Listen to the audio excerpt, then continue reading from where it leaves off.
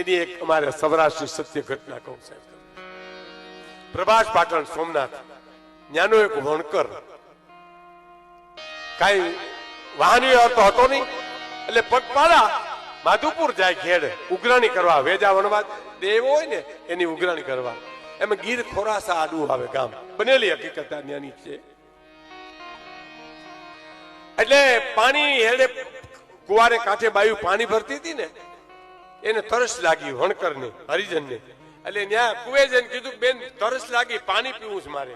તો કે હા ભાઈ લ્યો હું શીશીને તમને પાણી પાઉં. એટલે ઘણો દાવ દીધો કુવામાં, પાણી ગરેથી શીશી અને કીધું કે લ્યો ખોબો ધરો. એટલે ખોબો ધર્યો અને પાણી ખોબામાં નાખે. એ પેલા બાઈ પૂછ્યું ક્યાંથી આવો ભાઈ? કે પ્રભાસ પાટણ થી આવું. કેની કોર જાવું? કે ઘેડ માધુપુર જાવું. એમ તો હા અમને તો એમ કહીને બાઈ બંધ થઈ ગઈ.